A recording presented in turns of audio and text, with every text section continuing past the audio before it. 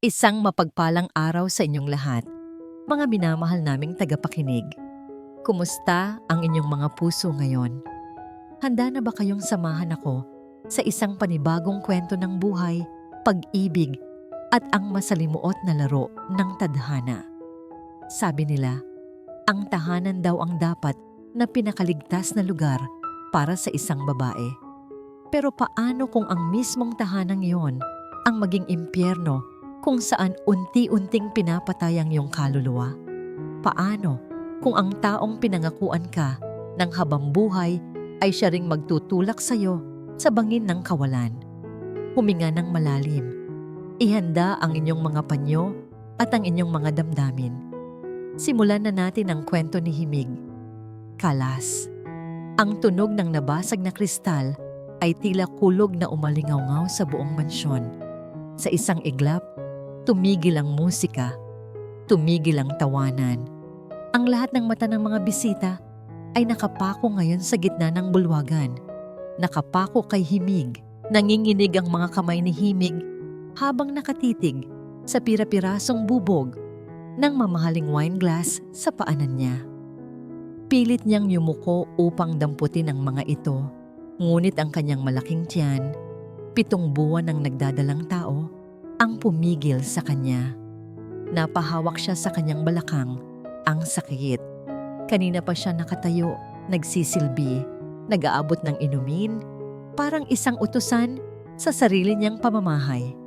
Anong klaseng katangahan na naman ito? Himik! Ang matinis na boses na yon ay galing kay Doña Pighati. Nakatayo ang kanyang biyenan sa tuktok ng hagdanan, suot ang kumikinang na gown na tila baluti ng isang reyna. Ang tingin nito kay Himig ay puno ng pandidiri, parang nakatingin sa isang ipis na nakapasok sa palasyo. "Pipasensya na po, Mama," nauutal na sagot ni Himig. Pilit na pinipigilan ang luhang nagbabadyang tumulo. "Nahilo lang po ako saglit. Ang bigat na po kasi ng..." "Huwag mong idahilan sa akin ang batang yan," sigaw ng Donya habang bumababa ng hagdan. Ang bawat hakbang ng kanyang takong ay parang pako na bumaon sa dibdib ni Himig. "Simpleng baso lang, hindi mo pa maingatan? Alam mo bang mas mahal pa ang presyo ng basong yan kaysa sa buhay mo?" Napasinghap ang mga bisita. Hinihintay ni Himig na may magtanggol sa kanya. Hinihintay niya ang asawa niya. Doon, sa gilid ng bar nakatayo si Hangin. Gwapo sa kanyang itim na suit, hawak ang isang baso ng whiskey. Nakita ni Himig ang pagtama ng kanilang mga mata.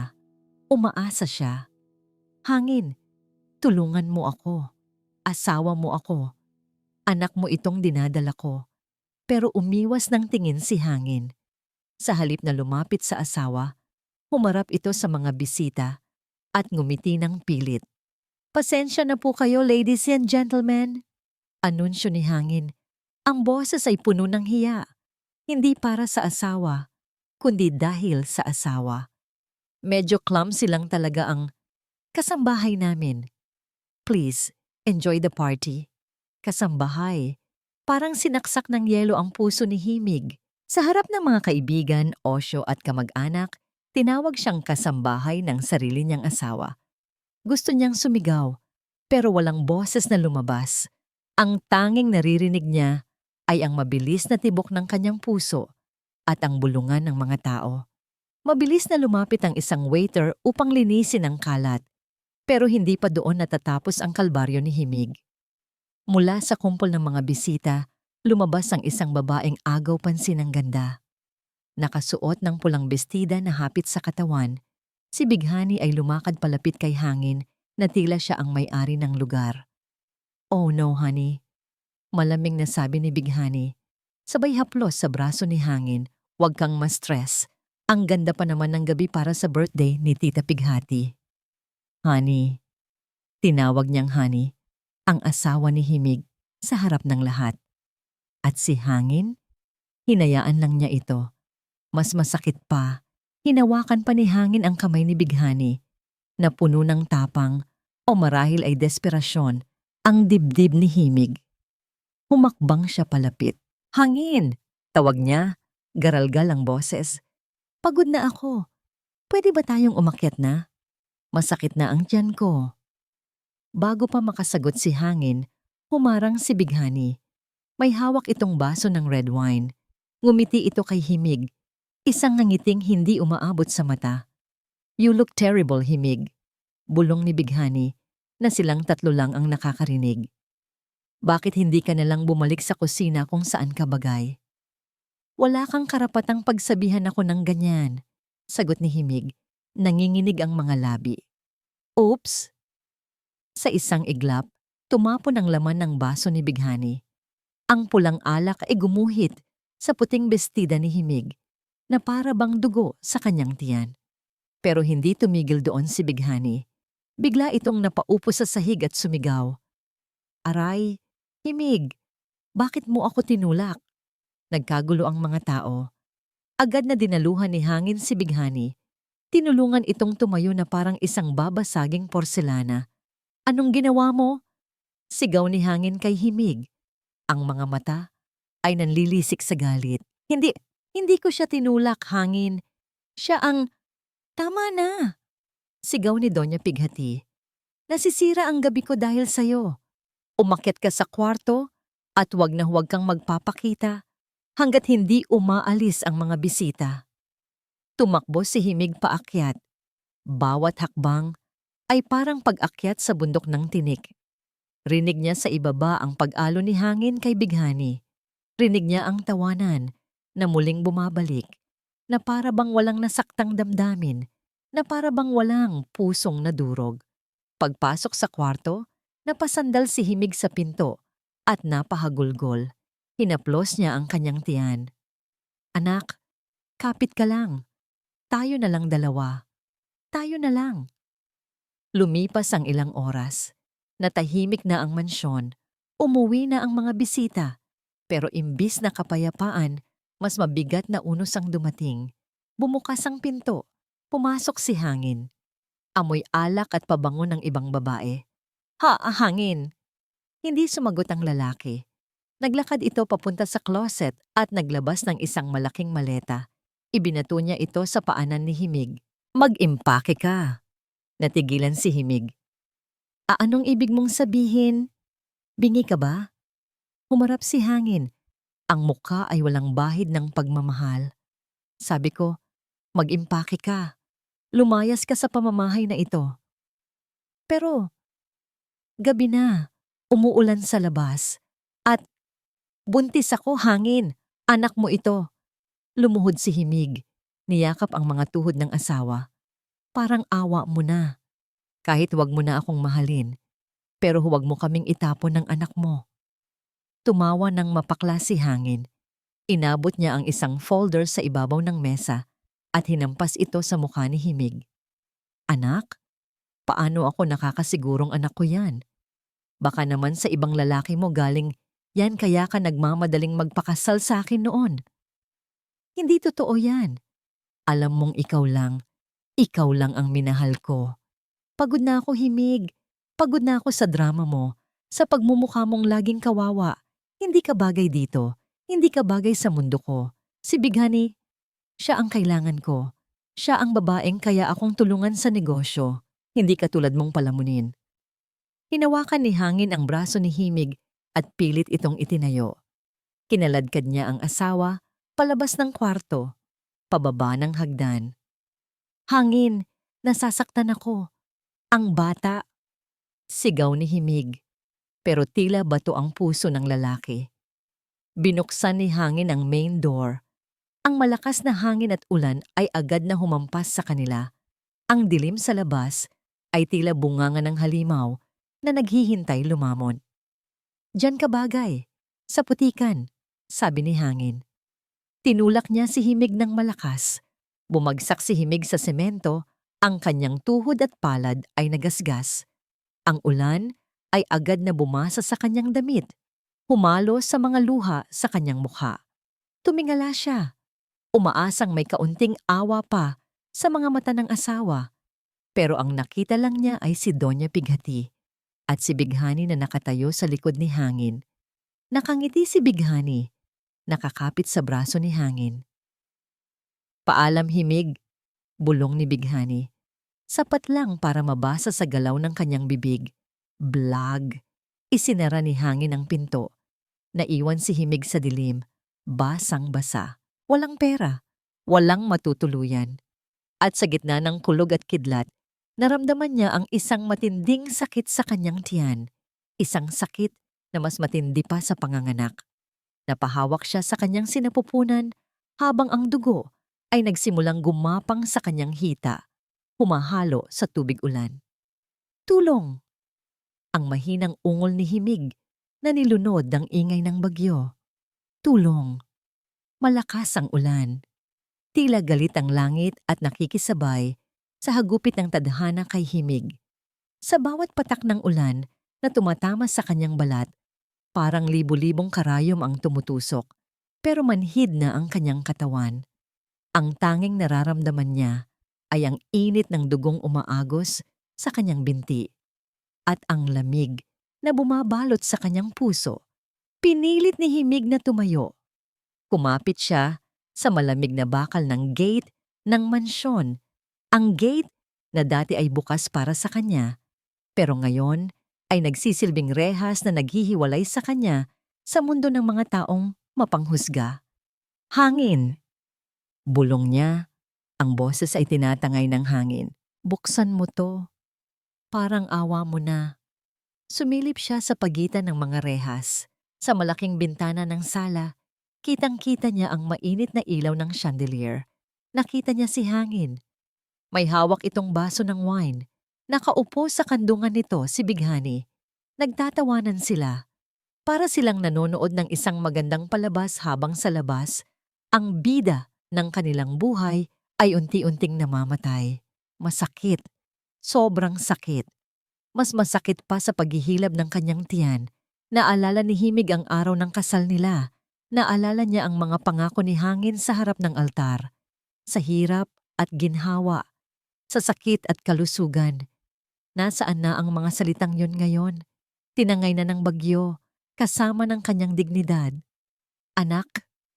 Hinaplos ni Himig ang kanyang tiyan habang humahakbang palayo. Ang bawat hakbang ay parusa. Ang kanyang tsinelas ay naiwan na sa putikan, kaya't ang kanyang mga paa ay sugatan na sa mga bato sa kalsada. Pasensya na. Pasensya na kung mahina si Mama. Madilim ang kalsada. Walang street lights. Tanging kidlat lang ang nagbibigay ng liwanag. Wala siyang masilungan. Wala siyang mapuntahan. Ang buong mundo ay tila tinalikuran na siya. Unti-unting nanlabo ang kanyang paningin. Ang gutom, ang pagod, ang lamig at ang takot ay nagsama-sama. Gusto na niyang sumuko. Gusto na niyang pumikit at hayaan na lang nalamunin siya ng dilim. Ngunit may narinig siyang tunog.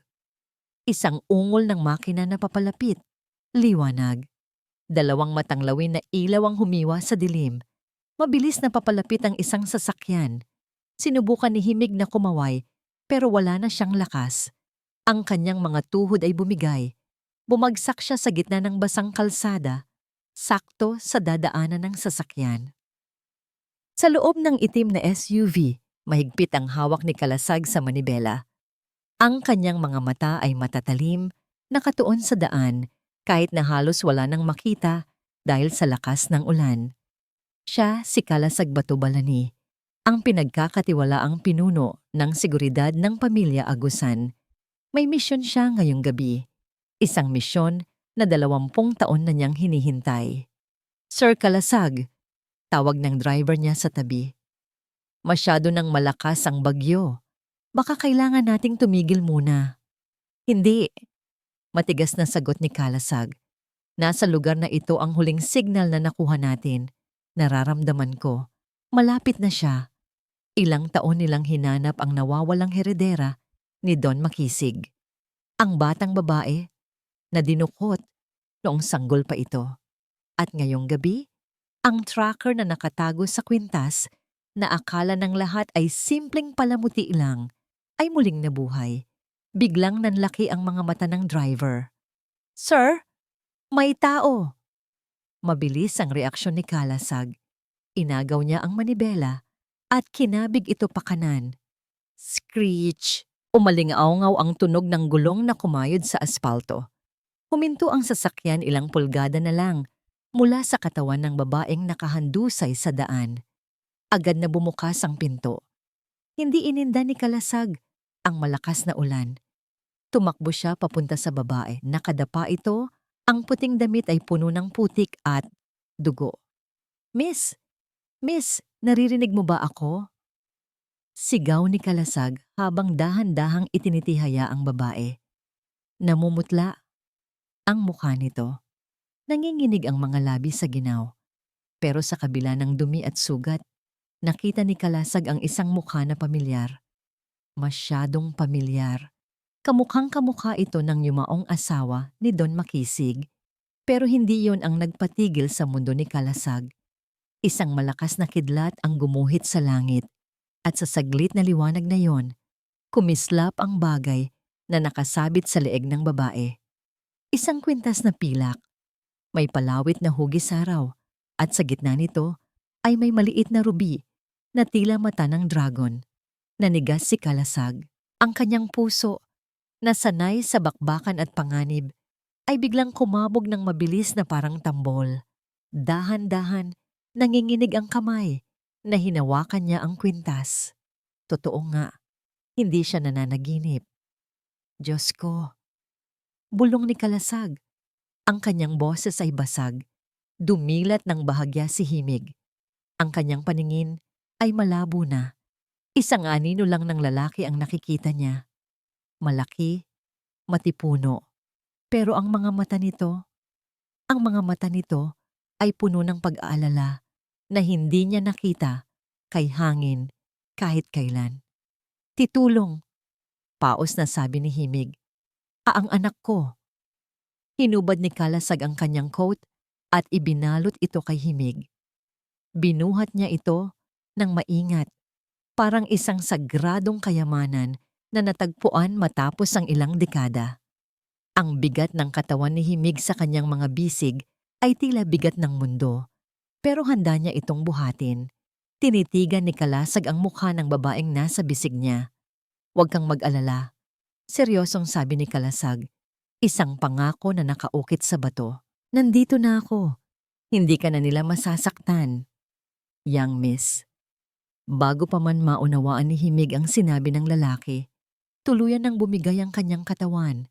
Nilamon siya ng dilim at ang huling naramdaman niya ay ang mainit na dibdib ng estranghero na sumalo sa kanya ng mahigpit. Bilis!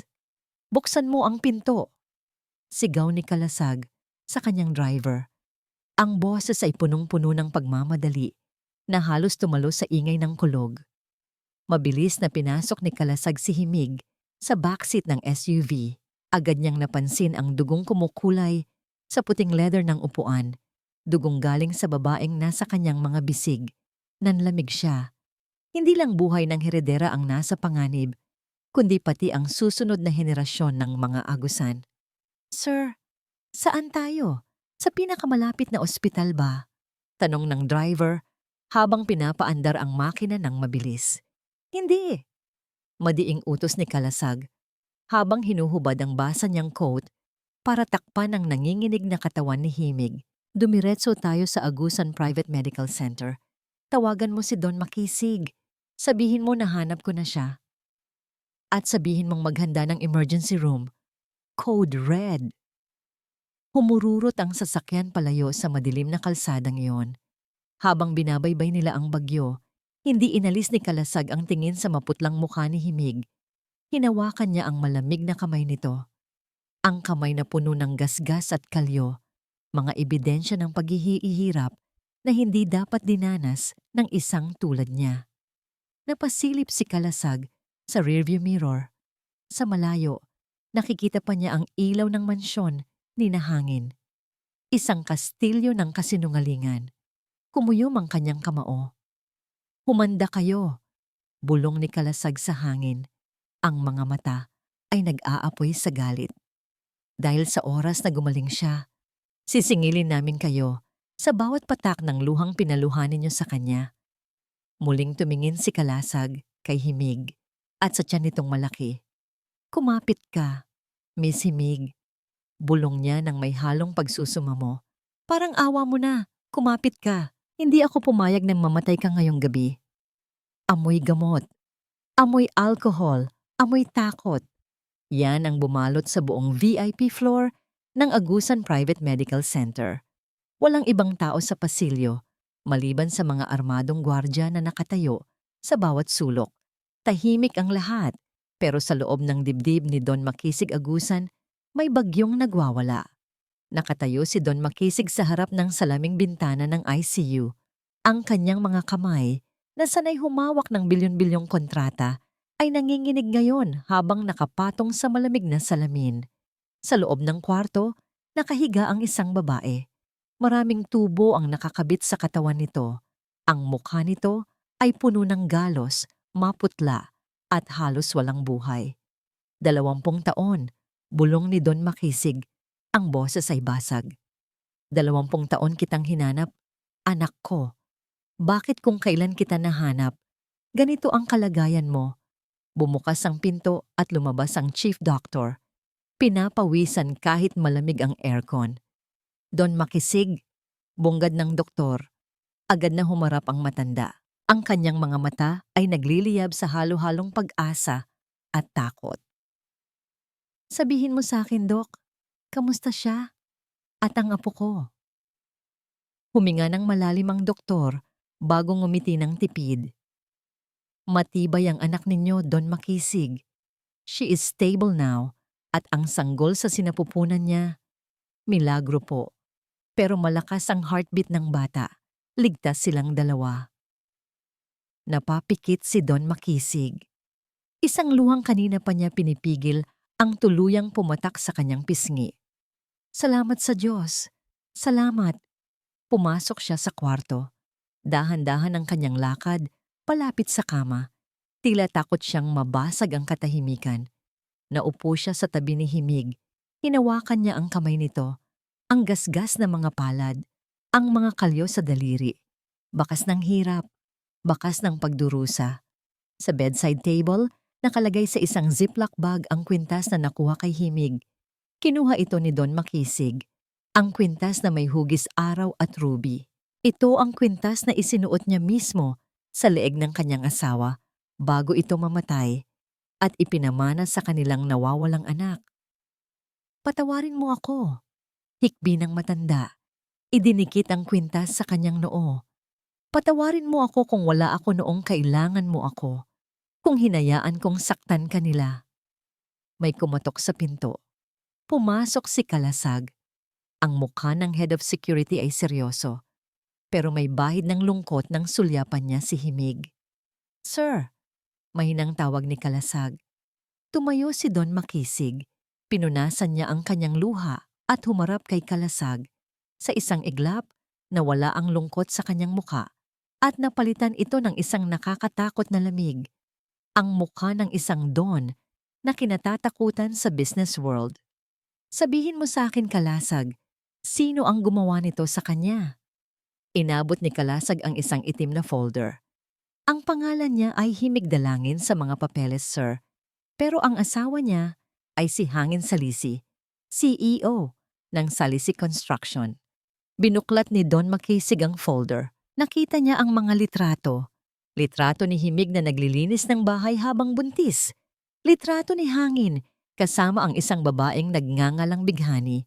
At ang pinakamasakit, ang video footage mula sa CCTV ng subdivision kung saan nakita ang pagtulak at pagtaboy kay Himig palabas ng gate sa gitna ng bagyo. Nanginig ang panga ni Don Makisig habang pinapanood ang video sa tablet ni Kalasag. Nakita niya kung paano lumuhod ang kanyang anak sa putikan. Nakita niya kung paano isinara ang pinto sa mukha nito. Crack! Nabitawan ni Don Makisig ang tablet. Basag ang screen nito sa lakas ng pagbagsak. Hayop! Ang madiing bulong ni Don Makisig.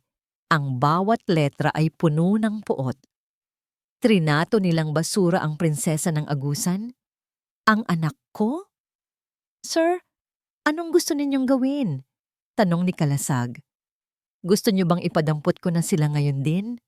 Umiling si Don Makisig. Ang kanyang mga mata ay nanlilisik. Masyadong madali yan, Kalasag. Masyadong mabait ang kulungan para sa kanila. Lumapit si Don Makisig sa bintana. Tinitigan ang city lights ng syudad ng Tagumpay. Gusto kong maramdaman nila ang impyerno. Gusto kong mawala sa kanila ang lahat. Pera, pangalan, dangal. Gusto kong magmakaawa sila sa lupa, gaya ng ginawa nila sa anak ko. Humarap muli siya kay Kalasag. I-block ang lahat ng balita. Walang makakaalam na buhay si Himig. Para sa mundo, patay na ang babaeng tinapon nila. Ang babalik ay isang multo na sisingil sa kanila. Masusunod, sir? Aalis na sana si Kalasag nang biglang gumalaw ang daliri ni Himig. Narinig nila ang mahinang ungol mula sa kama. Mabilis na lumapit si Don Makisig. Anak? Himig? Dahan-dahang idinilat ni Himig ang kanyang mga mata. Malabo pa ang lahat. Ang liwanag ay masakit sa mata. Ang una niyang naalala ay ang ulan. Ang sakit. Ang anak ko? Garalgal niyang tanong. Pilit na bumabangon kahit hirap. Nasaan? Nasaan ang anak ko? Hinawakan ni Don Makisig ang balikat niya para pakalmahin ito. Shh! Ligtas siya. Ligtas ang baby mo. Nandito kayo sa ospital. Natigilan si Himig. Tinitigan niya ang matandang lalaki sa harap niya. May kung anong lukso ng dugo siyang naramdaman. Ang mga mata nito, parang nakatingin siya sa salamin. Sino? Sino po kayo? Bakit niyo ako tinutulungan? Tanong ni Himig, puno ng pagtataka. Wala akong pambayad. Wala akong pera. Ngumiti si Don Makisig. Isang ngiting puno ng pagmamahal na ngayon lang naramdaman ni Himig sa tanang buhay niya. Hinawakan ng matanda ang kamay ni Himig at inilagay doon ang kwintas na ruby. Hindi mo kailangan ng pera, anak. Malumanay na sabi ni Don Makisig. Tiningnan ni Himig ang kwintas. Nanlaki ang kanyang mga mata. Ito ang kwintas na tanging yaman niya. Ang kwintas na sabi ng umampon sa kanya ay suot niya noong sanggol pa siya. Paano? Ako si Makisig Agusan. Pagpapakilala ng matanda. At ikaw si Hera Agusan, ang nawawala kong anak. Napasinghap si Himig. Huwag kang matakot. Pagpapatuloy ni Don Makisig. Mahigpit na hinawakan ang kamay ng anak. Tapos na ang paghihirap mo. Simula sa araw na ito, hindi ka na yuyuko kahit kanino. Ikaw na ang reyna ng pamilyang ito. At walang sino man ang makakasakit sa iyo muli. Pangako yan. Tumulo ang luha ni Himig. Hindi dahil sa sakit, kundi dahil sa wakas. Sa wakas, nakauwi na siya. 3 buwan. 70 araw na ang lumipas mula ng gabing iyon. Ang gabi ng bagyo, ang gabi ng pagtatakwil. Sa loob ng 3 buwan, ang tahimik na mansyon ng mga Agusan sa tuktok ng bundok ang naging kanlungan ni Himig. Sa isang malawak na kwarto na puno ng sikat ng araw, dahan-dahang idinuyan ni Himig ang isang sanggol. Tahan na, Sinag! Bulong ni Himig, habang hinahalikan ng noo ng kanyang anak. Nandito na si Mama. Ligtas na tayo. Si Sinag, ang kanyang tiya Nanas, ang nag-iisang liwanag na bumuhay sa kanya noong mga panahong gusto na niyang sumuko. Kamukhang kamukha ito ni Hangin. Ang ilong, ang hugis ng mata, at sa tuwing tinititigan niya ang bata, may kirot pa ring kumukurot sa puso niya, pero mabilis iyong napapalitan ng determinasyon. Bumukas ang pinto at pumasok si Don Makisig. Handa na ang mga tutor mo sa library, anak. Malambing na sabi ng matanda, pero may halong otoridad. Hinihintay ka na rin ng stylist at speech coach mo mamaya. Bumuntong hininga si Himig habang inilalapag si Sinag sa kuna. Hinarap niya ang ama. Pagod na siya. Araw-araw, mula madaling araw hanggang gabi, pinapanday siya ni Don Makisig. Business management, corporate law, personality development, self-defense. Walang pahinga. Dad, Tawag ni Himig. Hindi na po at opo ang gamit niya, gaya ng utos ng ama. Dapat daw siyang magsalita ng may kapangyarihan. Kailangan ba talaga to? Pwede naman tayong mamuhay ng tahimik. Mayaman na tayo. Bakit kailangan ko pang pasukin ang mundo ng negosyo? Lumapit si Don Makisig at hinawakan ang balikat niya. Dahil ang mundong ginagalawan ng asawa mo, ng ex-husband mo, ay mundo ng mga pating. Kung gusto mong protektahan si Sinag, hindi sapat na may pera ka.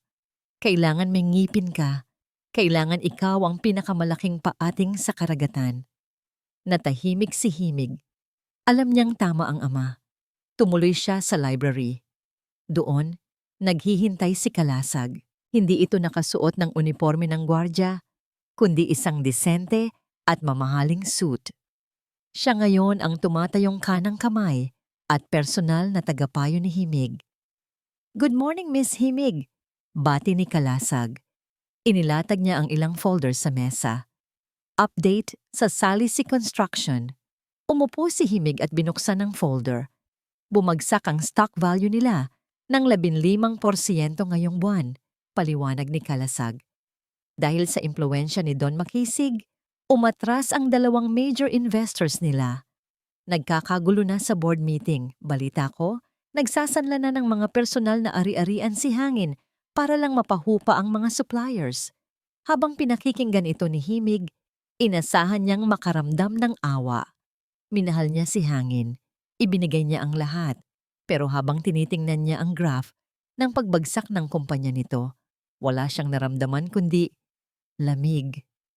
"Good," maikling sagot ni Himig. "Pero hindi sapat yan. Gusto kong maramdaman nila ang gutom. Ang takot na mawalan ng bahay." Tinitigan siya ni Kalasag. May halong paghanga at pag-aalala sa mga mata ng lalaki. "Mauubos din sila, ma'am. Pero ang tanong, handa ka na bang harapin sila? May malaking charity gala sa susunod na linggo. Dadalo si Hangin at ang pamilya niya para maghanap ng bagong investors. Gusto ng daddy mo na doon ka ipakilala bilang bagong CEO ng Agusan Group." Napahawak si Himig sa kanyang leeg sa kwintas na ruby. "Sa susunod na linggo agad? Ikaw ang magpapasya," sabi ni Kalasag. Lumapit ito ng bahagya, bumasag sa professional distance nila. "Kung hindi mo pa kaya, pwede tayong maghintay. Hihintayin kita, Himig." Napatingin si Himig kay Kalasag. Sa nakalipas na 3 buwan, si Kalasag ang naging sandalan niya. Ito ang nagturo sa kanya kung paano bumaril, kung paano magmaneho ng mabilis, kung paano maging matapang. "Pagod na akong maghintay, Kal," sagot ni Himig. "Pagod na akong magtago." Tumayo si Himig at naglakad papunta sa malaking salamin sa sulok ng library. Tinitigan niya ang sarili. Ang babaeng nasa salamin ay may mahabang buhok na itim, abot hanggang bewang. Ang buhok na gustong-gusto ni Hangin na sinusuklay noon. Ang buhok na naging saksi sa pagiging sunod-sunuran niya. Ang mukha niya ay maamo pa rin. Parang humihingi ng awa. "Si Himig," bulong niya sa sarili. Masyado siyang mabait. Masyado siyang mapagbigay. Kinuha niya ang gunting na nasa mesa. Ang gunting na ginagamit pambukas ng mga sulat. Nagulat si Kalasag. "Himig, anong gagawin mo?" Hindi sumagot si Himig. Hinawakan niya ang isang kumpol ng kanyang mahabang buhok. Naalala niya ang haplos ni Hangin. Naalala niya ang sabunot ni Doña Pighati. Naalala niya ang ulan at putik. Krrrk! Ang tunog ng gunting ay matalim sa katahimikan ng kwarto. Bumagsak sa sahig ang mahahabang hibla ng buhok. Itim na parang mga patay na ahas. Wala nang luha sa mga mata ni Himig. Bawat gupit ay pagpapalaya. Bawat gupit ay pagpatay sa dating siya. Krr, krr. Gupit sa alaala ng pang-aapi. Gupit sa alaala ng pagmamakaawa. Gupit sa pag-ibig na nagwasak sa kanya. Nang matapos siya, ang buhok niya ay hanggang balikat na lang. Matalim, messy, pero fierce. Ibang-iba ang dating. Mas mature, mas mapanganib. Lumingon siya kay Kalasag. Ang ilaw sa library ay tumama sa kanyang mukha at sa unang pagkakataon, nakita ni Kalasag na wala na ang maamong asawa na iniligtas niya sa kalsada. Wala na si Himig. Malamig na sabi ng babae. Ang boses ay matigas na parang bakal. Itinuro niya ang refleksyon sa salamin.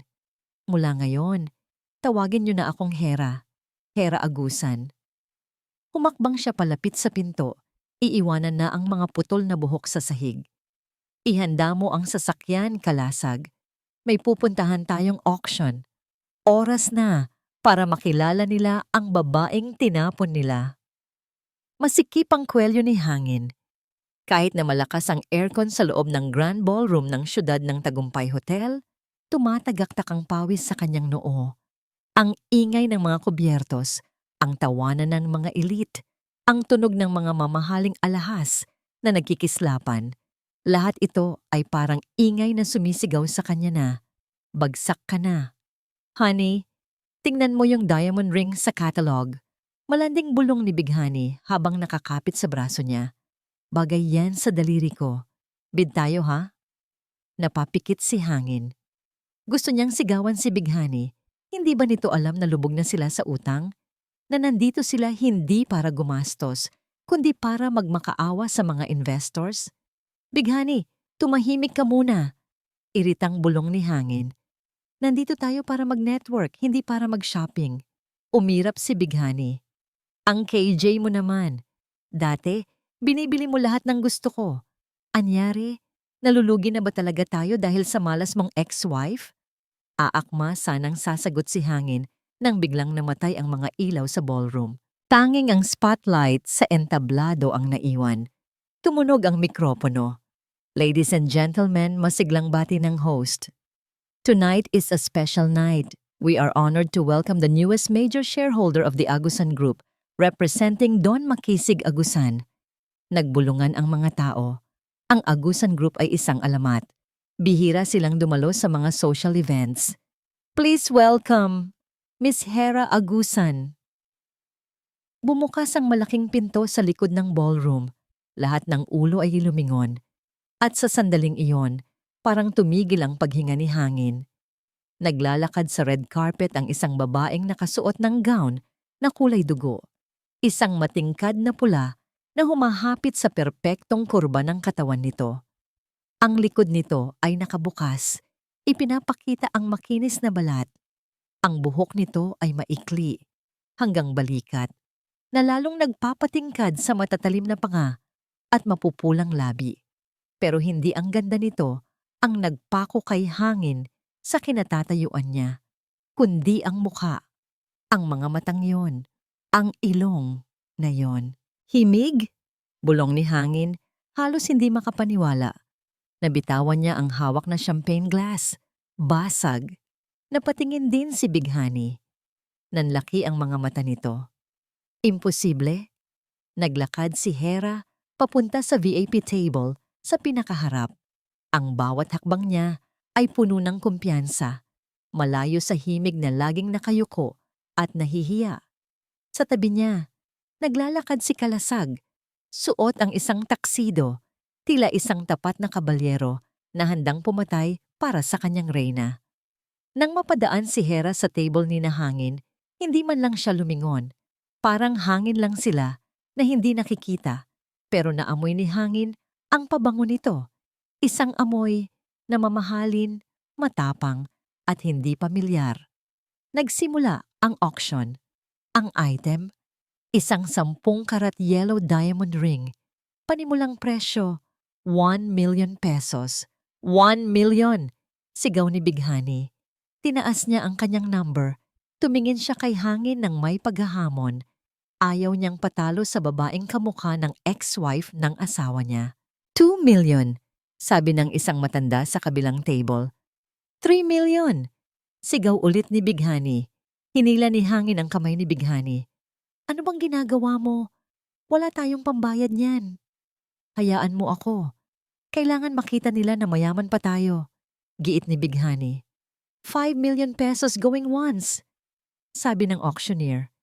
Biglang itinaas ni Hera ang kanyang numero nang walang kaabog-abog. 10 million, kalmadong sabi ni Hera.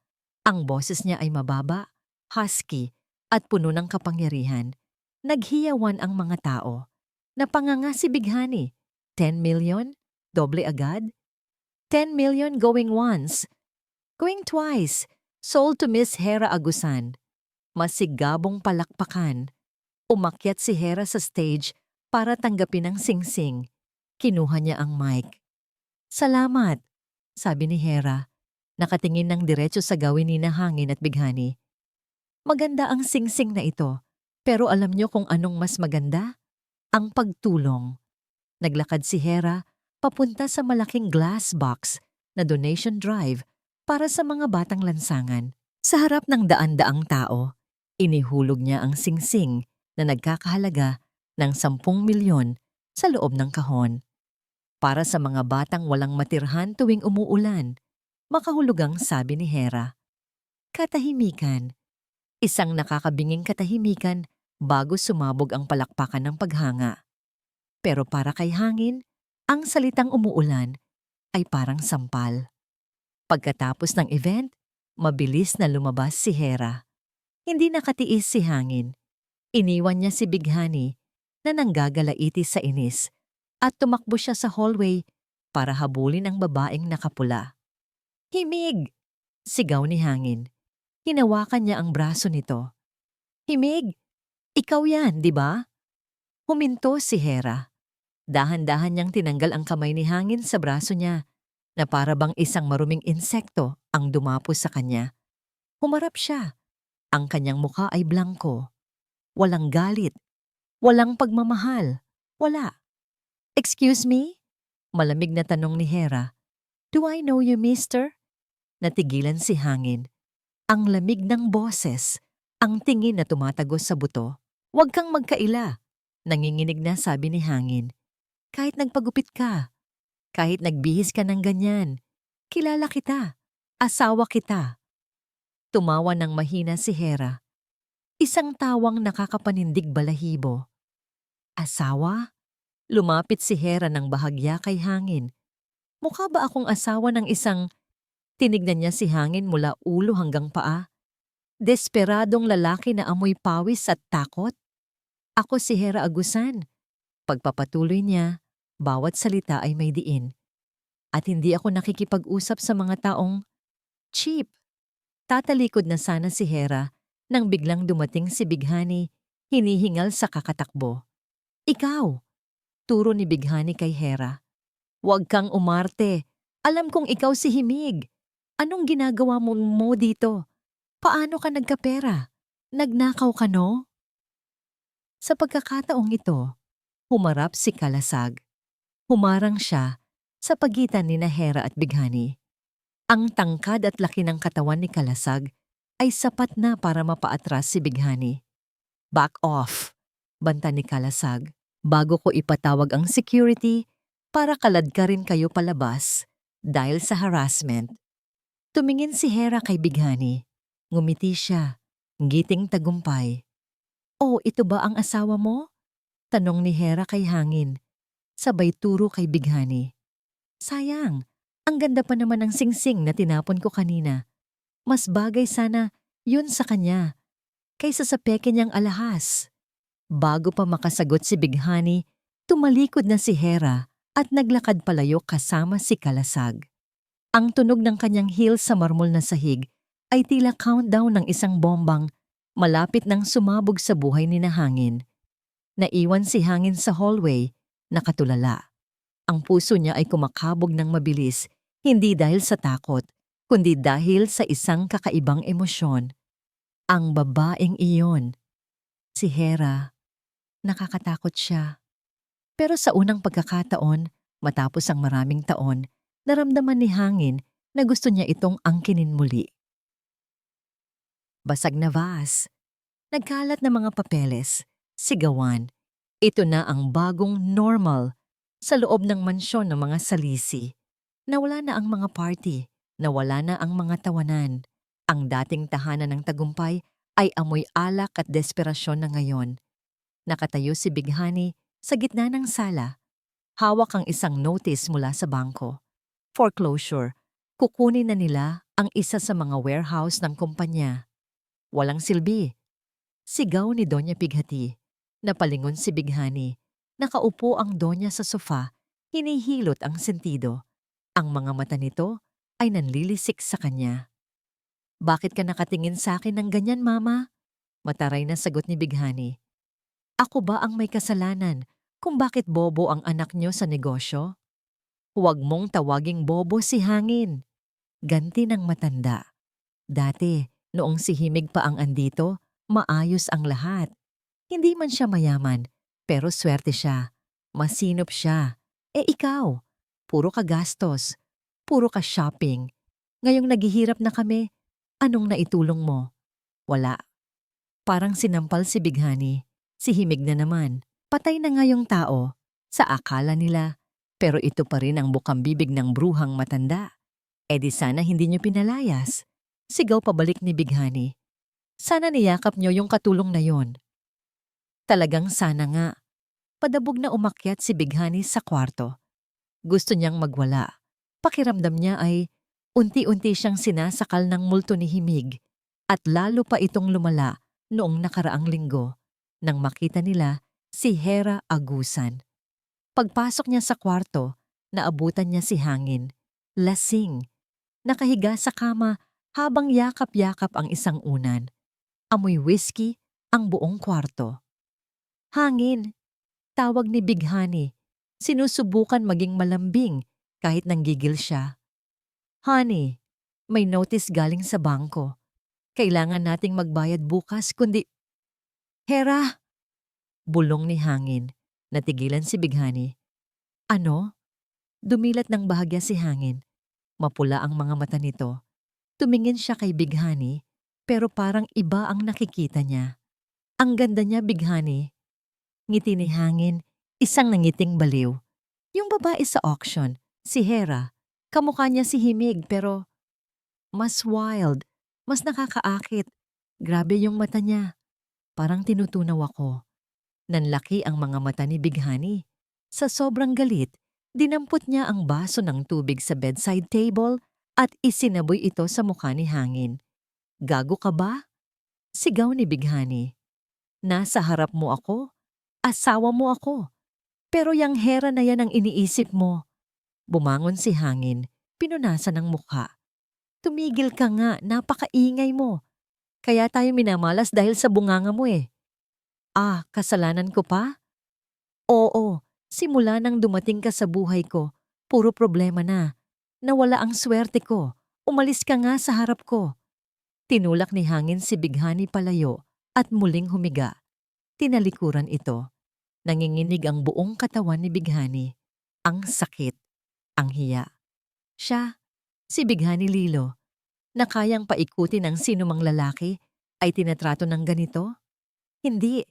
Hindi siya papayag na matalo.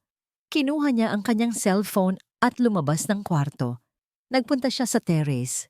Madilim. Malamig. Tinawagan niya ang isang numero. Hello? Reyes? Bungad niya.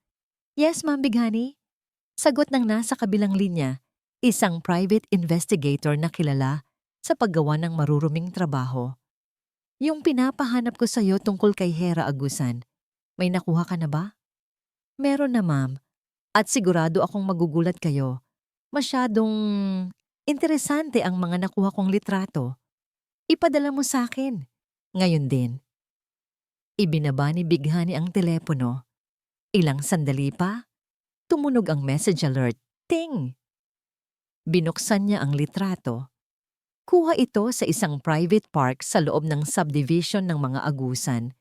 Sa litrato, nakaupo si Hera sa isang bench, nakangiti habang nagbabasa ng libro.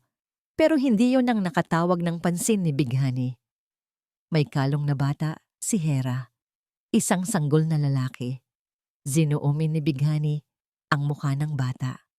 Nabitawan niya ang cellphone niya, ang mata, ang ilong, ang hugis ng mukha. Wala nang ibang pwedeng maging ama nito.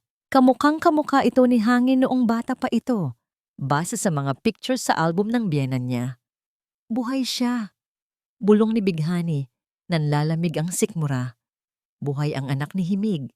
Dahan-dahan, napalitan ng takot ang kanyang mukha ng isang ngiting demonyo. Pinulot niya ang cellphone. Kaya pala, tumawa siya ng mahina. Kaya pala naghihiganti ka, Himig. Pero nagkamali ka. Tinitigan niya ang mukha ng sanggol sa litrato. Akala mo alas mo ang batang yan. Pwes, yan ang magiging kahinaan mo. Yan ang gagamitin ko para mapasa akin ang lahat ng kayamanan ng mga agusan. Tumingin si Bighani sa bintana ng kwarto kung saan natutulog si Hangin. Matulog ka lang dyan, Hangin. Bukas, may sorpresa ako sa'yo. Sisiguraduhin kong magiging akin ang pera ni Hera at mawawasak siya gamit ang sarili niyang anak. Malamig. Ito ang temperatura sa loob ng conference room ng Agusan Tower. Pero mas malamig ang titig ni Hera habang nakaupo sa dulo ng mahabang mesa. Sa harap niya, nakalatag ang isang itim na folder. Ang bitag. Nakatayo si Kalasag sa likuran niya, tila isang anino. Sigurado ka na ba rito? Mahinang tanong ni Kalasag. Sa sandaling pumirma siya, wala nang atrasan. Wawasakin mo hindi lang ang kumpanya niya, kundi pati ang buong pagkatao niya. Hindi lumingon si Hera. Hinaplos niya ang gold pen na namwa. Winasak niya ako noon, Kalasag. Ginagawa ko lang ang patas. Eye for an eye. Nag-aalala lang ako sa'yo. Sagot ni Kalasag. May halong lungkot ang boses. Sa bawat paghihiganti mo, parang unti-unti ring namamatay ang Himig na nakilala ko. Natigilan si Hera. Napahawak siya sa kanyang dibdib. Nandoon pa ba si Himig? O tuluyan na niyang nilunod ang dating sarili sa dagat ng galit? Bago pa siya makasagot, bumukas ang pinto. Pumasok si Hangin. Ibang-iba na ang itsura nito kaysa noong huli silang magkita.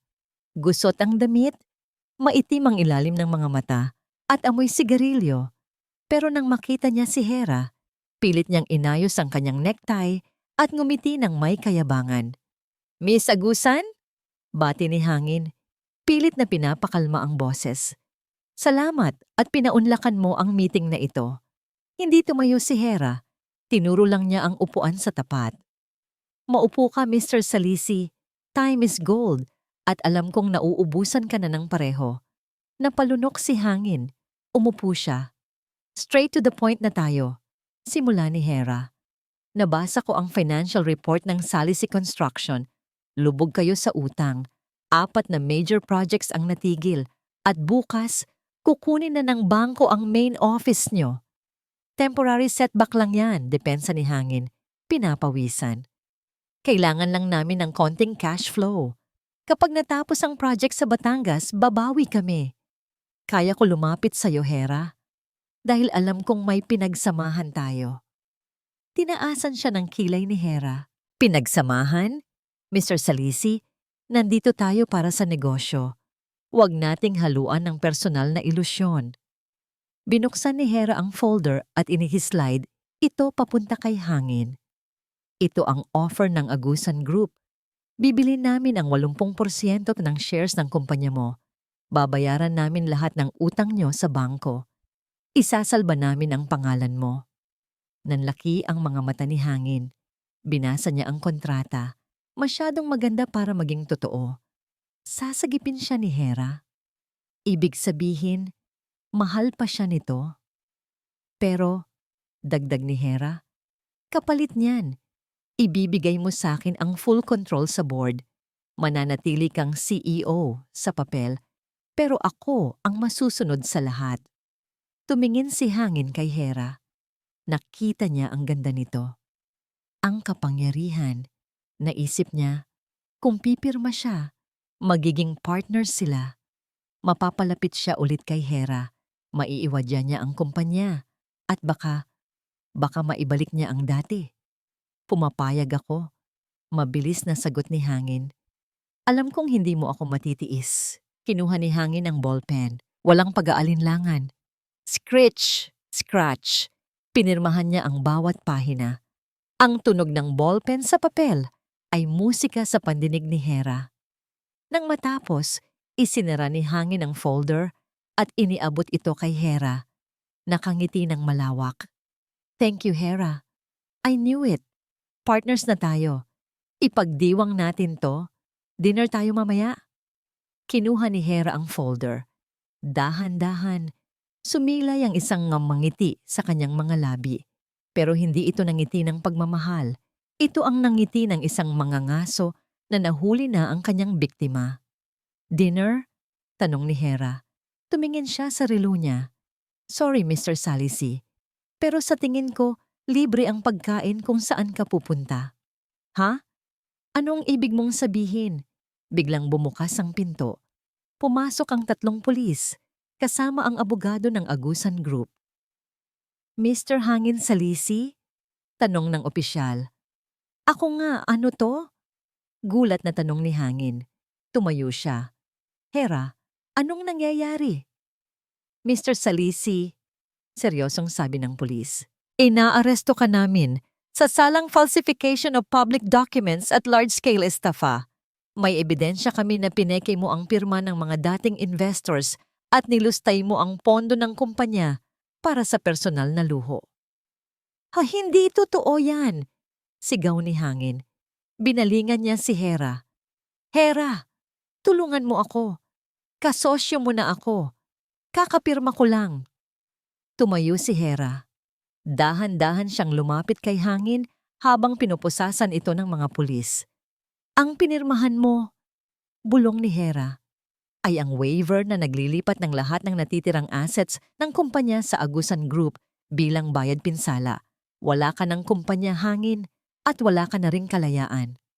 Walang hiya ka. Nagpupumiglas si Hangin. Sinadya mo to. Pinaglaruan mo ako. Pinaglaruan? Lumapit si Hera sa mukha ni Hangin. Sapat lang para maamoy nito ang pabango niya. Ang mga mata ni Hera ay puno ng yelo. Naalala mo noong gabing pinalayas mo ang isang buntis sa gitna ng bagyo? Noong sinabi mong wala siyang kwenta? Namutla si Hangin. Nanlaki ang mga mata niya sa realization. Ang gabing ito, dugtong ni Hera, ay para sa kanya. Ilabas na siya. Utos ni Kalasag. Kinaladkad ng mga pulis si Hangin palabas. Rinig sa buong hallway ang kanyang mga sigaw at pagmumura. Nang magsara ang pinto, naiwan si Hera sa gitna ng kwarto. Tahimik. Dapat ay masaya siya. Dapat ay tumatawa siya. Pero naramdaman niya ang panginginig ng kanyang mga kamay. Napakapit siya sa mesa. Hera. Lumapit si Kalasag, handang umalalay. Humarap si Hera kay Kalasag. Ang mga mata ay nagbabadyang lumuha, pero pinipigilan niya. Bakit ganon, Kalasag? Nanalo na ako. Pero bakit hindi pa rin nawawala ang sakit? Hindi sumagot si Kalasag. Sa halip niyakap niya si Hera. Isang mahigpit at mainit na yakap na nagpaparamdam na hindi siya nag-iisa. Pero sa likod ng tagumpay na ito, hindi alam ni Hera na may mas malaking bagyo ang parating. Ang tunay na demonyo ay hindi si Hangin. Ang tunay na kalaban ay naghihintay lang ng tamang pagkakataon para umatake. At ang target nito ay si Sinag. Tahimik ang gabi sa veranda ng mansyon. Ang bilog na buwan ay nagbibigay ng pilak na liwanag sa hardin. Pero hindi nito kayang pawiin ang dilim sa mga mata ni Hera. Nakatayo si Kalasag sa may pintuan. Pinagmamasdan ang babaeng nakatalikod sa kanya. Kanina, sa conference room, isa siyang reyna na walang awa. Pero ngayon, habang yakap ang sarili sa ilalim ng malamig na hangin, mukha siyang babasaging kristal. Dahan-dahang lumapit si Kalasag. Hindi siya gumawa ng ingay, pero naramdaman agad ni Hera ang presensya niya. Nakalabas na siya ng kulungan. Basag ni Hera sa katahimikan, hindi lumilingon. Nagpiyansa siya. Alam kong gagawin niya yon. Tumango si Kalasag, kahit hindi siya nakikita nito. Oo, pero wala na siyang babalikan. Selyado na ang mga opisina. Ang mga accounts niya, frozen na. Isa na lang siyang pulubi na nakadamit mayaman. Humarap si Hera. Sa ilalim ng liwanag ng buwan, nakita ni Kalasag na wala na ang maskara ni Hera Agusan. Ang nasa harap niya ngayon ay si Himig. Ang babaeng may mga matang puno ng pagod at takot. Bakit ganon kalasag? Tanong niya. Garal-gal ang boses. Akala ko, kapag nakita ko siyang nagdusa, magiging masaya na ako. Pero bakit natatakot pa rin ako? Humakbang palapit si Kalasag. Sa unang pagkakataon, tinawid niya ang linyang naghihiwalay sa amo at empleyado. Hinawakan niya ang kamay ni Hera. Malamig ito. Dahil mabuti ang puso mo, himig. Malambing na sabi ni Kalasag. Kahit anong pilit mong maging matigas, hindi mo kayang maging katulad nila. At yun ang dahilan kung bakit. Huminto si Kalasag. Tinitigan siya ni Hera, naghihintay. Kung bakit ano? Huminga ng malalim si Kalasag. Ito na ang oras. Kung bakit handa akong ibuwis ang buhay ko para sa'yo. Hindi dahil utos ni Don Makisig. Hindi dahil trabaho ko to. Tinitigan niya si Hera ng diretso sa mata. Dahil sa'yo. Dahil mahalaga ka sa akin. Natigilan si Hera. Naramdaman niya ang init sa pisngi.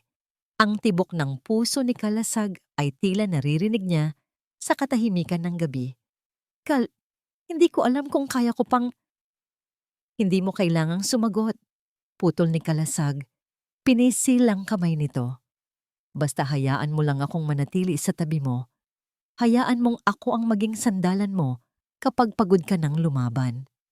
Isang luha ang tumulo sa pisngi ni Hera. Sa unang pagkakataon, matapos ang mahabang panahon, naramdaman niyang ligtas siya. Talagang ligtas. Pero habang payapa ang gabi sa mansyon ng mga agusan, sa kabilang panig ng syudad, isang demonyo ang nagpaplano ng gulo. Sa isang mumurahing motel room, nagwawala si hangin. Binabato niya ang lahat ng madampot niya. Unan, lampshade, bote ng alak. Wala na! Ubus na! Sigaw ni hangin, sabay sa bunot sa sariling buhok. Ang kumpanya ko, ang pangalan ko. Kinuha ng babaeng yun ang lahat. Nakaupo lang si Bighani sa sulok, naninigarilyo. Kalmado, masyadong kalmado. Tapos ka na bang mag-inarte? Tanong ni Bighani. Binubuga ang usok. Huwag mo akong bisitin, Bighani. Kasalanan mo to. Kung hindi dahil sa luho mo. Tumahimik ka! Sigaw pabalik ni Bighani. Tumayo ito at lumapit kay hangin. Inilabas niya ang kanyang cellphone at ipinakita ang litrato na nakuha ng detective. Tingnan mo yan. Tingnan mong mabuti. Tiningnan ni hangin ang screen. Si Hera. May kargang bata. Kumunot ang noo ni hangin. Sino yan? Anak niya? Oo, anak niya. Ngisi ni Bighani. Tingnan mo ang mukha ng bata, hangin. Tingnan mo ang mata, ang ilong. Nanlaki ang mga mata ni hangin. Hinablot niya ang cellphone. Zoom in niya ang litrato. Parang nakikita niya ang sarili noong bata pa siya. Ito yung... Nauutal na, sabi ni hangin. Ito yung batang dinadala niya noong pinalayas ko siya? Eksakto, sabi ni Bighani. Buhay ang anak mo at ang batang yan ang tanging tagapagmana ng bilyon-bilyong yaman ng mga agusan. Napaupo si hangin sa kama. Gulong-gulo ang isip niya. May anak siya. May anak siya sa babaeng winasak niya. At ngayon ay winawasak siya. Lumapit si Bighani at bumulong sa tenga ni hangin. Parang isang ahas na nambubuyo. Gusto mong mabawi ang lahat? Gusto mong gumanti kay Hera? Anong gagawin natin? Tanong ni hangin. Nakatitig pa rin sa litrato ng anak. Kunin natin ang bata. Malamig na utos ni Bighani. Kapag nasa atin ang bata, luluhod si Hera. Ibibigay niya ang lahat. Ang kumpanya, ang pera, ang kapangyarihan, mabalik lang ang anak niya. Pero, kidnapping yan. Anak mo yan, hangin. Diin ni Bighani. May karapatan ka sa kanya. At isa pa, wala na tayong mawawala. Ito na lang ang alas natin. Kinabukasan. Maaliwalas ang umaga. Sa private park malapit sa village, naglalakad si Manang payapa habang tulak-tulak ang stroller ni Baby Sinag. Ang ganda ng araw, no baby? Kausap ni Manang Payapa sa bata. Mamaya, dadating na si Mami Hera mo galing office. Tahimik ang paligid. Masyadong tahimik. Biglang may humintong itim na van sa harap nila. Bumukas ang sliding door. 2 lalaking nakamaskara ang bumaba. Sino kayo? Sigaw ni Manang Payapa. Niyakap ang stroller. Tulong! Tulong! Kunin ang bata. Sigaw ng isa sa mga lalaki. Sinubukan lumaban ni Manang Payapa. Kinagat niya ang kamay ng isang lalaki, pero hinampas siya nito ng baril sa ulo. Aray! Napadapa si Manang Payapa sa damuhan. Nahihilo, may dugo sa noo. Manang! Iyak ni Baby Sinag. Mabilis na dinampot ng lalaki ang bata mula sa stroller. Iyak nang iyak si Sinag. Inaabot ang kanyang yaya. Bitawan niyo siya. Parang awa niyo na. Sigaw ni Manang Payapa. Pilit na gumagapang. Pero huli na ang lahat. Sumakay ang mga lalaki sa van. Humururot ito palayo. Dala ang tanging kayamanan ni Hera. Sa mansyon, tumunog ang telepono ni Kalasag. Sir Kalasag. Boses ng head security ng village nanginginig. Emergency po! Si Baby Sinag! Dinukot po sa park! Duguan si Manang Payapa! Nabitawan ni Hera ang tasa ng kape na hawak niya. Crack! Nababasag ang tasa, kasabay ng pagkabiyak ng mundo ni Hera. Tumingin siya kay Kalasag. Ang muka ay puting-puti sa takot. Ang anak ko! Bulong ni Hera. Kalasag, ang anak ko!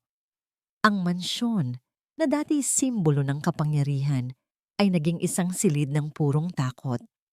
Si Manang Payapa ay ginagamot ng mga doktor sa sala. Umiiyak habang paulit-ulit na humihingi ng tawad. Si Don Makisig ay naglalakad pabalik-balik. Sumisigaw sa telepono, inuutusan ang lahat ng koneksyon niya sa pulisya. Ang mga gwardya ay nagkakagulo. Tinitingnan ang bawat anggulo ng CCTV. Pero si Hera, nakatayo lang si Hera sa gitna ng lahat, parang isang estatwa. Ang kanyang muka ay walang emosyon. Ang kanyang mga mata ay nakatitig sa kawalan, parang isang kaluluwang iniwanan ng katawan. Hera, lumapit si Kalasag. Ang kanyang muka ay puno ng pag-aalala. May lead na kami. Nakita sa CCTV ang plate number ng van. Pinapahanap ko na. Hindi sumagot si Hera. Magiging okay ang lahat. Sabi ulit ni Kalasag. Hinawakan ang braso nito. Ibabalik natin si Sinag. Pangako yan. Biglang tumunog ang isang cellphone sa ibabaw ng mesa. Isang burner phone na hindi nila alam kung kanino. Nagkatinginan ng lahat. Dahan-dahang lumapit si Hera sa mesa. Nanginginig ang kamay na dinampot niya ang telepono. Ting! Isang video message. Pinindot niya ang play. Nasa screen ang mukha ni Sinag. Umiiyak ito. Mama! Mama! Sinag! Napaluhod si Hera. Napahawak sa bibig. Ang tunog ng pag-iyak ng anak ay parang kutsilyong humihiwa sa kanyang puso. Biglang lumitaw ang mukha ni Bighani sa video. Nakangiti habang hawak ang bata. Kumusta, Hera? Malanding bati ni Bighani. Miss mo na ba ang baby mo? Huwag kang mag-alala. Inaalagaan ko siyang mabuti. Hayop ka, Bighani. Sigaw ni Don Makisig sa telepono na parabang naririnig siya nito. Lumitaw naman sa likod ni Bighani si Hangin. Mukha itong pagod at desperado. Alam ko na ang lahat, Hera. O himig, sabi ni Hangin.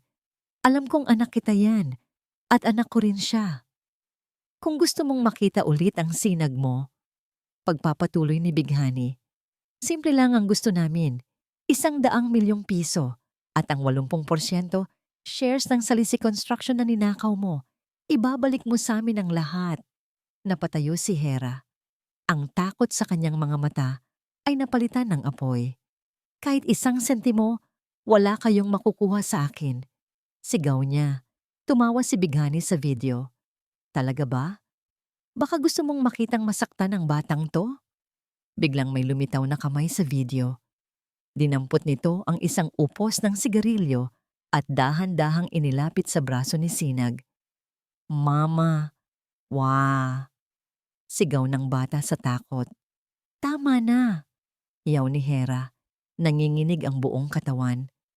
Parang awa niyo na. Huwag niyong saktan ang anak ko. Kung ganun, sumunod ka, utos ni Bighani. Magdala ka ng cash, walang pulis. Ikaw lang mag-isa. Sa bodega sa pier, 12:00 ng gabi. Isang maling galaw mo lang, Hera. Abo na ang matatatanggap mo. Natapos ang video. Nabitawan ni Hera ang telepono. Bumagsak ito sa sahig. Hindi! Sigaw ni Don makisig. Bitag yan, anak. Hindi ka pwedeng pumunta mag-isa. Papadalan ko sila ng pulis. Huwag! Sigaw pabalik ni Hera. Ang mga mata ay puno ng desperasyon. Gagawin nila ang sinabi nila. Sasaktan nila si Sinag. Ako ang pupunta. Pero Hera, wala nang pero-pero, Dad. Humarap si Hera sa ama. Ang boses ay matigas pero basag. Buhay ng anak ko ang nakataya rito. Kung kailangan kong lumuhod ulit sa kanila, gagawin ko. Kung kailangan kong ibigay ang lahat, ibibigay ko. Akmang aalis na si Hera para maghanda ng harangin siya ni Kalasag. Hinawakan ni Kalasag ang magkabilang balikat ni Hera. Pinilit niyang magtama ang kanilang mga mata. Makinig ka sa akin. Seryosong sabi ni Kalasag. Ang boses ay kalmado sa gitna ng gulo.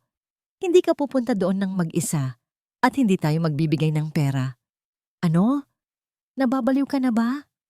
Hera, magtiwala ka sa akin. Pakiusap ni Kalasag. May plano ako. Ibabalik natin si Sinag ng ligtas, pero kailangan kong pagkatiwalaan mo ako. Please. Tinitigan ni Hera ang mga mata ni Kalasag. Walang bakas ng pagdududa. Puno ito ng determinasyon at pagmamahal. Tumango si Hera, walang lakas na makipagtalo. Habang naghahanda sina Kalasag at ang kanyang security team, may isang hindi inaasahang twist na nangyayari sa bodega. Nakakulong sa isang madilim na sulok si Doña Pighati. Itinali siya ni Hangin at Bighani. Bakit niyo ako ginaganito? Sigaw ng matanda. Apo ko yan. Wala kayong karapatang idamay ang bata. Tumahimik ka, matanda. Sabi ni Bighani. Kung hindi ka sana nakialam, hindi ka namin itatali dito. At isa pa, kasalanan mo rin naman to. 'Di ba? Ikaw ang nagturo kay Hangin na maging ganid. Hangin anak, pagmamakaawa ni Doña Pighati. Maawa ka sa apo mo. Huwag mong gawin to.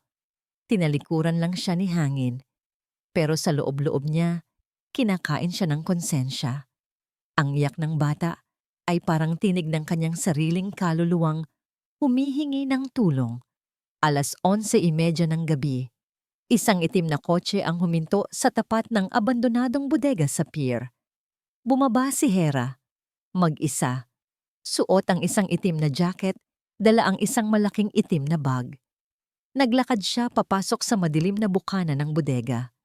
Nasa loob, naghihintay si Hangin. Hawak niya si Sinag, natulog na sa pagod sa kaiiyak. Sa tabi niya, si Bighani may hawak na baril. Good girl, ngisi ni Bighani. Nasaan ang pera? Nasaan ang anak ko? Malamig na tanong ni Hera. Pera muna. Inihagis ni Hera ang bag sa sahig. Binuksan ito ni Hangin. Puno ng pera. Ayan na, sabi ni Hera. Ibigay niyo na sa akin ang anak ko. Tumawa si Bighani. Akala mo ganun lang kadali?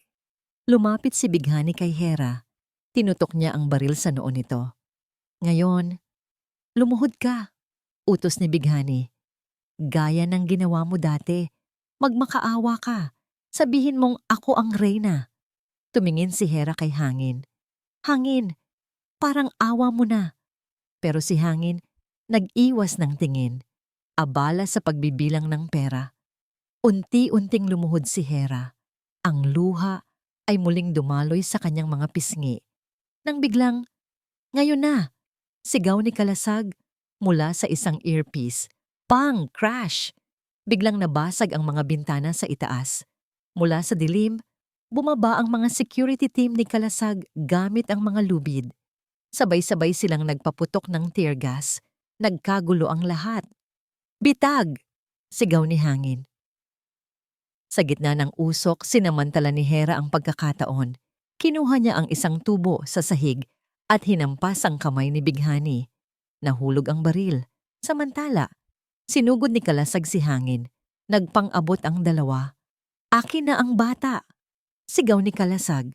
Pero sa gitna ng gulo, nakuha ni Bighani ang nahulog na baril. Tumakbo siya palapit kay Hangin at kinuha si Sinag. Tinutok niya ang baril sa ulo ng bata. Isang galaw pa. Sigaw ni Bighani. Ang mga mata ay nanlilisik sa galit at takot. Papatayin ko ang batang to. Tumigil ang lahat. Ang tanging maririnig ay ang pag-iyak ni Sinag at ang mabilis na paghinga ng lahat. Bighani, huwag. Pakiusap ni Hera. Nakataas ang dalawang kamay. Manahimik ka. Sigaw ni Bighani. Lahat kayo, ihagis niyo ang mga baril niyo. Ngayon na. Ito ang sandaling kinatatakutan ni Hera. Ang huling pagtutuos. Buhay laban sa buhay. Ang hangin sa loob ng bodega ay tila yelo. Mabigat. Nakakamatay. Lahat ng baril ng security team ay nakatutok kay Bighani pero walang sino mang nangahas na gumalaw. Ang baril na nakatutok sa ulo ni Sinag ang batas. Ang pag-iyak ng bata, ang tanging tunog na bumabasag sa nakakabinging katahimikan. Ihagis niyo ang mga baril. Sigaw muli ni Bighani. Nanginginig ang boses sa halo-halong takot at kapangyarihan. Isa. Tumingin si Kalasag kay Hera. Isang tingin lang, nagkaintindihan na sila. Dahan-dahang ibinaba ni Kalasag ang kanyang baril, sinenyasan ng kanyang mga tauhan na gawin din ito. Clag, clag, clag. Isa-isang bumagsak ang mga baril sa semento. Dalawa. Pagpapatuloy ni Bighani. Ikaw naman, Hera, lumuhod ka.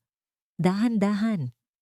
Tinitigan ni Hera si Bighani, ang babaeng sumira sa buhay niya. Ang babaeng may hawak ngayon sa buhay ng anak niya. Walang galit sa mga mata ni Hera. Tanging lamig. Sige, kalmadong sagot ni Hera. Gagawin ko ang gusto mo, pero pakawalan mo muna ang bata. Aba, sino ka para mag-utos? Hindi ako nag-uutos, sabi ni Hera habang unti-unting inilalagay ang isang kamay sa bulsa ng kanyang jacket. Nakikiusap ako. Ako ang gusto mo, di ba? Heto na ako. Bitawan mo na ang anak ko. Dahan-dahan, lumuhod si Hera. Ang kanyang mga tuhod ay tumama sa magaspang at maruming semento. Isang nangiting tagumpay ang sumilay sa labi ni Bighani. Ito na yon, ang sandaling pinakahihintay niya. Ang pagluhod ng isang agusan sa kanyang paanan. Good, sabi ni Bighani. Ibinababa ng bahagya ang baril. Ngayon, halikan mo ang sapatos ko. Ngayon na. Sa isang iglap, bumunot si Hera ng isang maliit na canister mula sa kanyang bulsa. Pepper spray.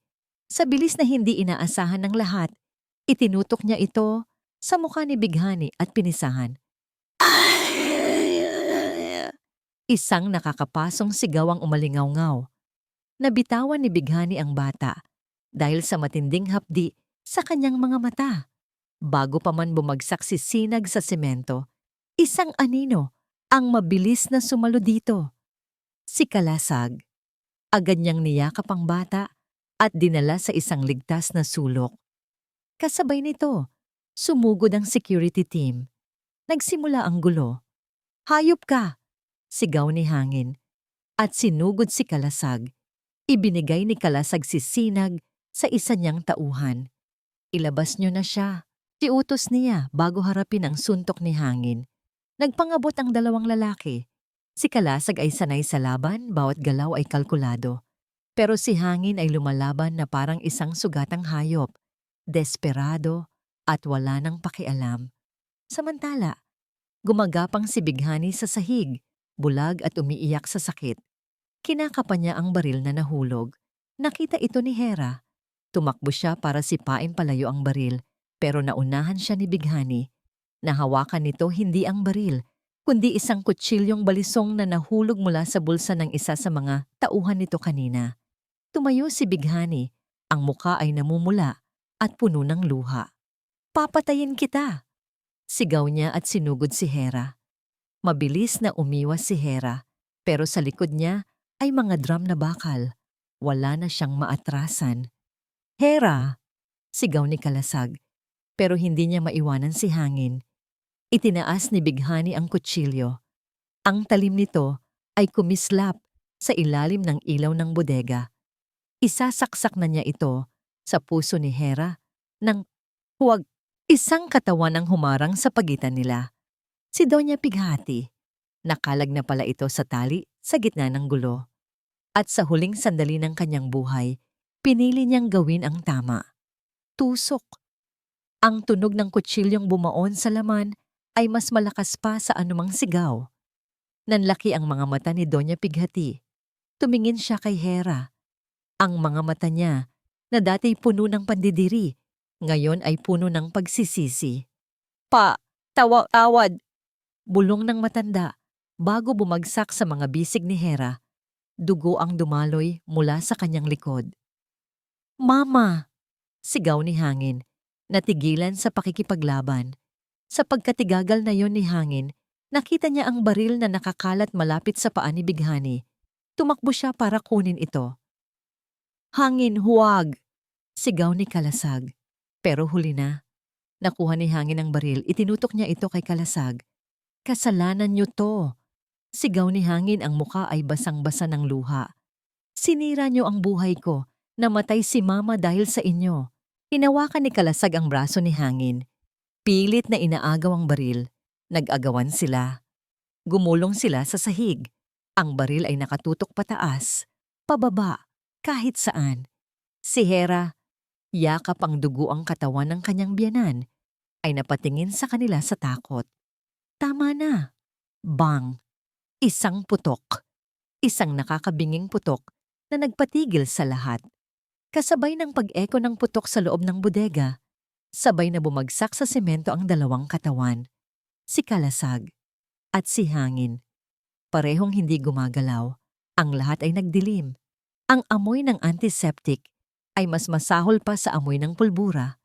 Nakaupo si Hera sa puting upuan sa labas ng emergency room. Walang imik, walang luha.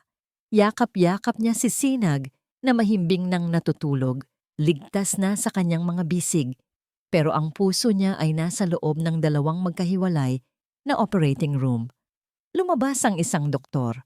Agad na tumayo si Don Makisig. "Doc, ang security head ko, si Kalasag." Ngumiti ang doktor. "He's a very lucky man, Don Makisig. Daplis lang sa balikat ang tama. Tinahin na namin ang sugat. He's stable and awake." Napahinga ng maluwag si Hera. Isang tinik ang nabunot sa kanyang dibdib. Buhay si Kalasag. "At ang isa?" Tanong ni Don Makisig. Sumeryoso ang mukha ng doktor. "Si Mr. Salisi, tinamaan sa hita. Malapit sa buto. He will live, but he will have a permanent limp.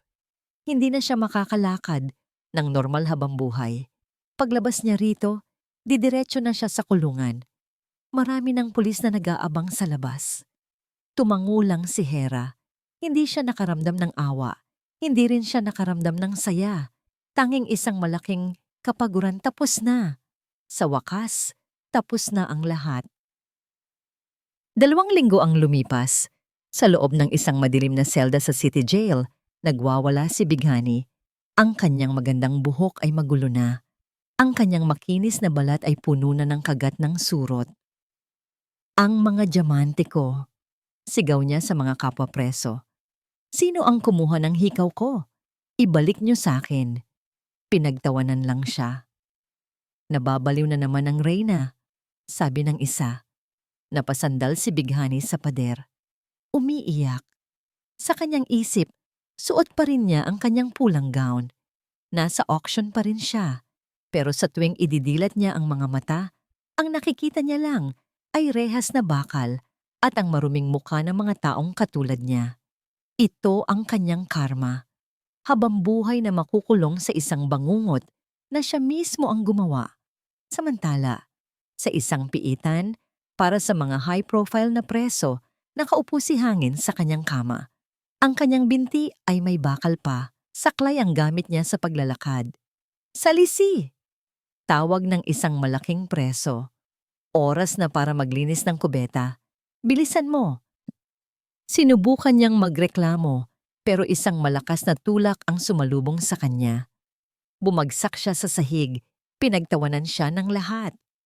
Ang dating CEO, ang dating hari ng Salisi Construction, ngayon ay utusan ng mga kriminal.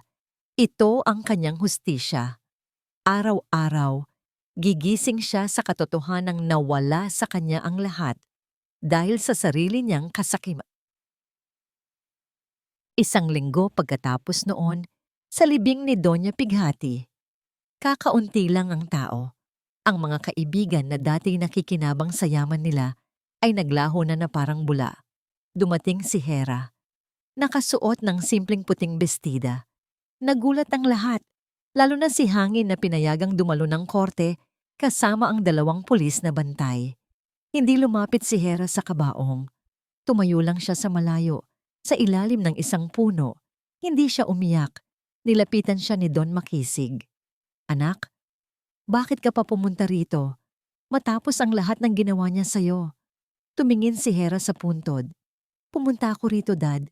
Hindi para sa kanya, kundi para sa sarili ko. Huminga siya ng malalim. Pinapatawad ko na siya. Hindi dahil karapat-dapat siyang patawarin, kundi dahil karapat-dapat ako sa kapayapaan. Ayoko nang magdala ng galit habang buhay. Sa malayong distansya, nagtama ang mga mata nila ni Hangin. Sa mga mata ni Hangin, nakita ni Hera ang pagsisisi, ang panghihinayang. Sa mga mata naman ni Hera, ang nakita ni Hangin ay hindi galit, kundi kawalan. Wala na. Tapos na ang pag-ibig. Tapos na ang lahat. Iyon ang pinakamasakit na parusa para kay Hangin. Gabi na. Nagpapahinga si Hera sa kanyang kwarto nang may kumatok. Pumasok si Kalasag. Ang braso nito ay nakasling pa. Kalasag, ngiti ni Hera. Kamusta ka na? Bakit ka bumangon? Maayos na ako, sagot ni Kalasag. May inabot siyang isang puting sobre. Hera, nagre-resign na ako. Natigilan si Hera. Ano? Bakit? Dahil ba sa nangyari? Umiling si Kalasag. Lumapit ito ng bahagya. Ang kanilang mga mukha ay ilang pulgada na lang ang pagitan. Nagre-resign ako bilang Head of Security ng Agusan Group. Seryosong sabi ni Kalasag. Dahil hindi na kita kayang protektahan bilang amo ko. Anong ibig mong sabihin? Naguguluhang tanong ni Hera. Tinitigan ni Kalasag ang mga mata ni Hera. Ang mga matang handa niyang titigan habang buhay. Hindi na kita kayang protektahan bilang amo ko. Pag-ulit niya, mas malambing ang boses. Dahil gusto kitang protektahan bilang lalaki sa buhay mo. Napasinghap si Hera. Ang kanyang puso, na akala niya'y manhid na, ay biglang tumibok ng malakas. Hindi niya kailangang sumagot. Ang ngiti na unti-unting sumilay sa kanyang mga labi ay sapat na. Isang taon na ang lumipas. Ang hangin sa probinsya ng Sining Lahi ay may dalang amoy ng alat ng dagat at tamis ng mga bulaklak, malayo sa amoy ng takot, galit, at pabango ng mga taong mapagkunwari sa syudad. Nakatayo si Hera sa balcony ng bago nilang beach house, isang bahay na simple pero puno ng kapayapaan. Mula roon, tanaw niya ang 2 pinakamahalagang lalaki sa buhay niya. Sa dalampasigan, naghahabulan si Kalasag at ang maliit na si Sinag. Ang bata ay 2 taon na, tumatakbo-takbo sa buhangin. Ang maliliit na paa ay lumulubog sa bawat hakbang. Ang tawa ni Sinag ay parang musika na mas matamis pa sa anumang awitin. Si Kalasag naman, wala na ang seryosong mukha ng isang security head. Ang suot niya ay simpleng sando at shorts. Ang braso niyang dati may sling ay malakas na ngayon, ginagamit para buhatin si Sinag at itaas sa ere na parang eroplano. Napangiti si Hera, isang nangiting totoo, isang nangiting abot sa kanyang mga mata. Hindi na siya si Hera Agusan, ang reyna ng korporasyon, at lalong hindi na siya si Himig Dalangin, ang asawang martir. Siya na lang mismo, isang ina, isang babae, isang taong natutong buuin muli ang sarili. Naramdaman niyang may yumakap mula sa kanyang likuran. Ang pamilyar na init, ang pamilyar na amoy. Malalim ang iniisip mo, bulong ni Kalasag sa kanyang tainga. Nakabalik na pala ito nang hindi niya namamalayan. Humarap si Hera at isinabit ang mga braso sa batok ni Kalasag. Iniisip ko lang kung gaano kalayo na ang narating natin. Hinaplos ni Kalasag ang kanyang pisngi.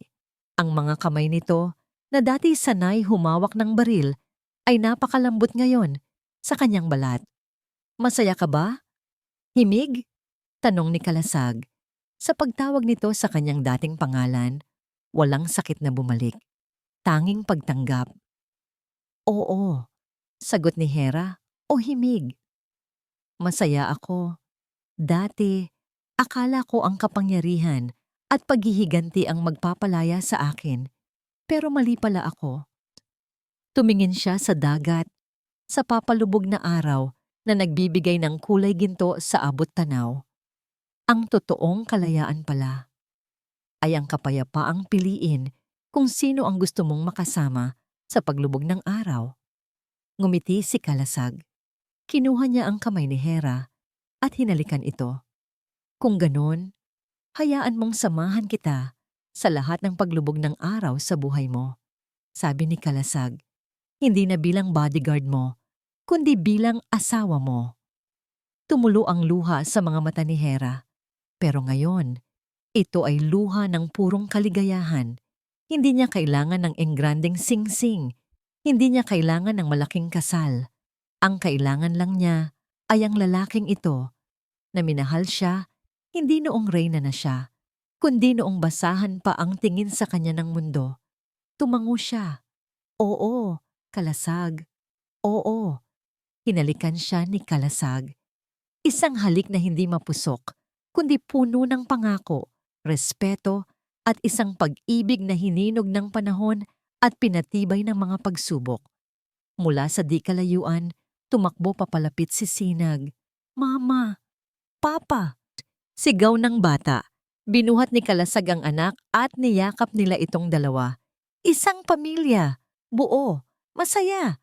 Habang magkakayakap silang tatlo sa ilalim ng kulay kahel na langit, alam ni Himig na tapos na ang bagyo. Ang himig ng kanyang buhay ay hindi na malungkot. Ito ay isa ng napakagandang awitin ng pag-asa, pagpapatawad, at walang hanggang pag-ibig. At dito po nagtatapos ang kwento ni Himig, isang kwentong sumubok sa ating pananaw tungkol sa pagpapatawad at pagbangon. Ipinakita sa atin ng kanyang paglalakbay na ang tunay na halaga ng isang tao, lalo na ng isang babae, ay hindi kailanman masusukat sa yaman o sa opinyon ng iba. Ang tunay na lakas ay hindi na sa paghihiganti, kundi na sa kakayahang patawarin ang nakaraan upang yakapin ang isang mas magandang kinabukasan. At higit sa lahat, ipinakita nito na ang tunay na pag-ibig ay hindi ka ikukulong. Palalayain ka nito para maging pinakamagandang bersyon ng iyong sarili. Maraming salamat po sa inyong walang sawang pagsubaybay sa kwento ni Himig at Kalasag. Naramdaman po namin ang inyong mga luha, ang inyong gigil, at ang inyong kilig sa bawat kabanata. Ngayon, kami naman po ang magtatanong sa inyo. Anong klaseng kwento naman ang gusto ninyong marinig sa susunod? I-comment nyo lang po sa ibaba at sisikapin naming bigyan buhay ang inyong mga hiling. Hindi dito nagtatapos ang ating paglalakbay.